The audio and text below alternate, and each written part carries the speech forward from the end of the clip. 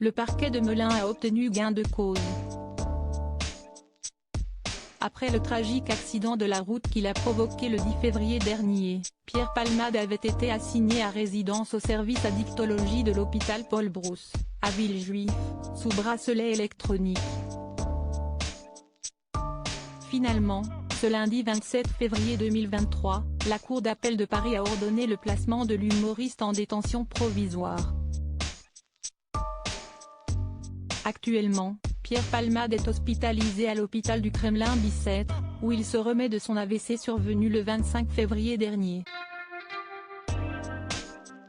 Dès que son état de santé le permettra, il purgera sa peine à la prison de Fresnes.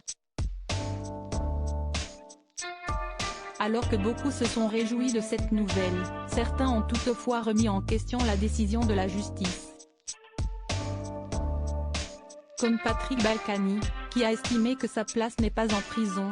En prison, vous avez énormément de toxicos qui hurlent à la mort. La nuit, si est insupportable les prisons parce que vous avez les mecs qui taillent comme des fous parce qu'ils sont en manque. Point, les toxicos, si est terrible dans une prison. A déclaré l'ancien maire de Levallois-Perret ce lundi 27 février 2023, sur le plateau de l'heure des pros. Et d'ajouter, la décision qui avait été prise par le juge, et la meilleure décision possible, c'était de le mettre sous bracelet électronique dans un hôpital psychiatrique spécialisé pour les addictions, on le soignait et il était enfermé. Parce qu'avec un bracelet, vous ne pouvez pas sortir de l'endroit qui vous a été assigné sinon ça sonne immédiatement et on vient vous chercher. Je ne sais quelque chose. Patrick Balkany est, en effet, passé par la case prison en 2019 avant d'être libéré pour raison de santé et placé sous bracelet électronique 2 ans plus tard. Mais l'homme politique a fait sonner l'appareil à plusieurs reprises, après avoir franchi les limites du périmètre qu'il lui était autorisé de parcourir. Ce qui lui a valu de retourner quelque temps à Londres. Un train de vie au-dessus de ses moyens ? Entendu par les enquêteurs quelques jours après le drame, Pierre Palmade a admis être dangereux à cause de la drogue, comme l'a rapporté BFTM TV. Et d'expliquer que son addiction lui avait gâché la vie et empêché de faire son métier. Je suis un chic type, je suis quelqu'un de bien. Il faut que mon rapport avec la drogue soit résolu, que la drogue soit bannie de ma vie, a-t-il déclaré. Pierre Palmade en 2019 @photo Sipal Lionel Urman. En plus de la cocaïne, Pierre Palmade est devenu accro à la 3-MMC, une drogue de synthèse qui se consomme par voie orale ou injection.